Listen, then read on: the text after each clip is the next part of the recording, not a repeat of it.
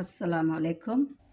இப்போ கர்ப்பிணி பெண்ணுங்கள வந்து அம்மா வீட்டுக்கு 7 மாசத்துல வளகாப்பு போட்டு கூட்டிட்டு போறாங்க.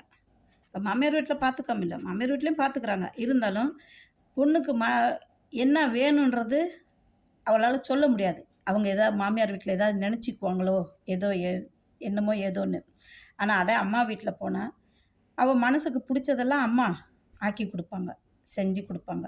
மகளே உனக்கு என்ன வேணும்னு கேட்டு கேட்டு பார்த்து பார்த்து செய்வாங்க. ஏன்னா மக வயித்துல ஒரு வாரிசு இருக்குன்ட்டு. அதே புள்ள பொறந்த பிற்பாடு, அம்மா என்ன பண்ணுவா தெரியுமா?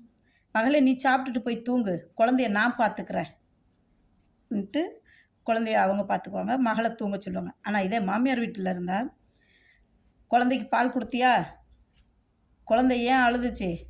குழந்தை ராத்திரி தூங்குனானான்னு தான் கேட்பாங்களே தவிர்த்துட்டு, மருமகள பார்த்து, "மகளே நீ சாப்பிட்டியாம்மா?